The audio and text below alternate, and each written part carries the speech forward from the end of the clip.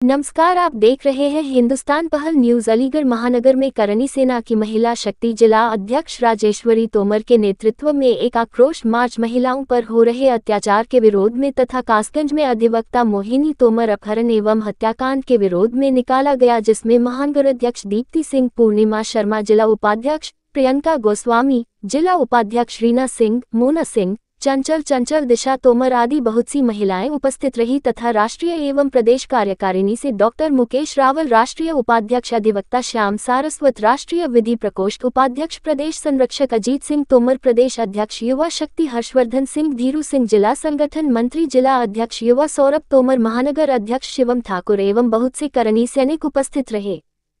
जो महिलाओं पर जो अत्याचार हो रहा है, उनकी निर्मम हत्या हो रही है, उसके विरोध में ये हमने आक्रोश मार्च निकाला है कि इसमें न्यायपालिका, कार्यपालिका, विधायिका सब सक्रिय हो जाएं और अपनी सक्रिय भूमिका इस पर निभाएं और हत्यारों को फांसी दें।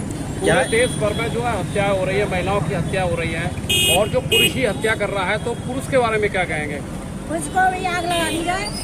जो पुरुष इस तरीके का कृत्य कर रहा है, उनको चौराहे पर खड़ा करके फांसी दे दी जाए, आग लगा दी जाए उनको। कौन जिम्मेदार है? सरकार जिम्मेदार है, प्रशासन जिम्मेदार है?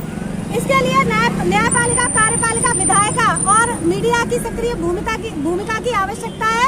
इन चारों स्तंभ जब सक्रिय होंगे तो ये जुर्म रुकेगा।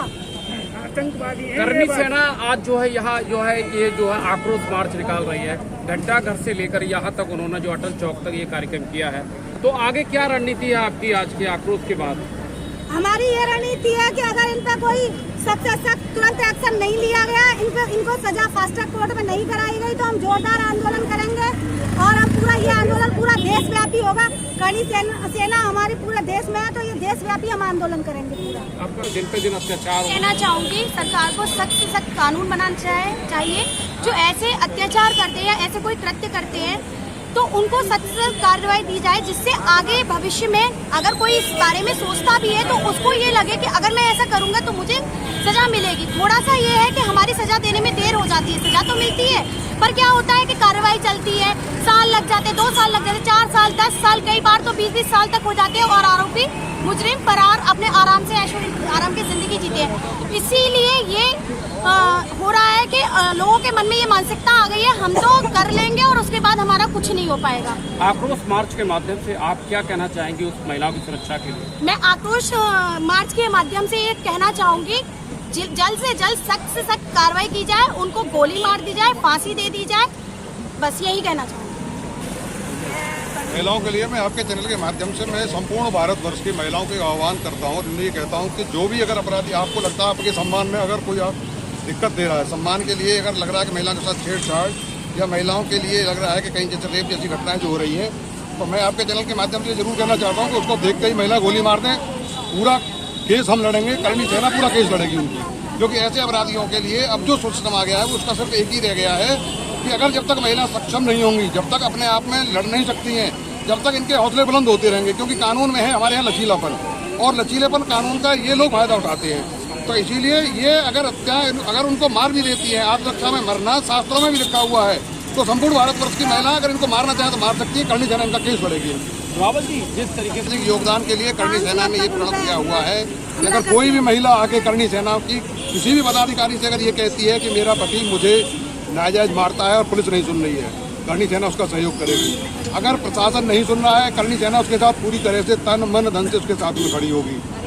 किसी भी महिला को पीड़ित नहीं होने दिया जाएगा। करनी सेना शुरू से ही असहाय और बेसहारा, जिनका साथ कोई नहीं दे रहा हो, उनके साथ में करनी सेना स्वतंत्र रूप से खड़ी होती है, न किसी के दबाव में काम करती है, न किसी के प्रभाव में काम करती है। रावल जी, कासगंज में मोहरी की हत्या कर दी गई, एडवोकेट की, इसके लिए मैं दोषी जो मानता हूँ, मैं प्रशासन की लापरवाही उसकी मानता हूँ कि जो पहले चंदन हत्याकांड में 2018 में एक चंदन हत्याकांड हुआ था कासगंज में, तो अभी इसमें एक अपराधी नाम आ रहा है कि एक अपराधी वो है कि जिसका ये जो जमानत नहीं होने दे रही थी मोहिनी तोमर जो अधिवक्ता थी। अब ऐसे अधिवक्ता तो एक दूसरे का केस लड़ते हैं। उसने अपने इनके घर वालों पर बहुत ज़्यादा प्रेशर बनाया, धमकियाँ दी, लेकिन वो किसी से नहीं डरी, निडर महिला थी, मजबूत महिला थी। जब उसका मौका लगा तो उसने धोखे से इनको बुलवा के इनकी हत्या करा दी। तो ऐसे लोगों के लिए यहाँ पे मैं इसलिए मान रहा हूँ इसको कि प्रशासन की कहीं ढिलाई और हमारे कानून के लचीला बन रहा है कि अगर ऐसे लोगों को जिसने आज उसने हत्या कर दी, कल कोई अधिवक्ता खड़ा होगा वो उसकी भी हत्या करेगा। तो इस तरह से कितनी हत्याएं हो पाएंगी। ऐसे लोगों को देखते ही गोली मारने का आदेश देना चाहिए। गिरफ्तारी हो जाती है तो ठीक होता है, नहीं होता तो भी उनका एनकाउंटर होना चाहिए।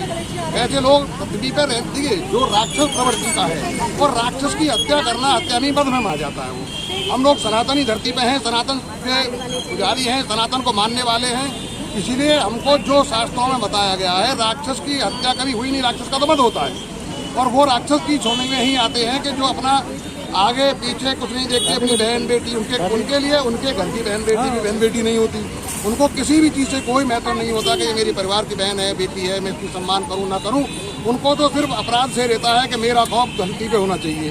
खौफ कम हो रहा है तो एक हत्या और कर देनी चाहिए। अगर ऐसे लोग हत्याएं करते रहेंगे अपराध बढ़ता रहेगा। कल को लोग उससे डरना शुरू कर देंगे तो किसी को सड़क से खींच के भी महिलाओं को ले जाएगा। इसीलिए ऐसे लोगों को दुनिया में रहने का कोई अधिकार नहीं है।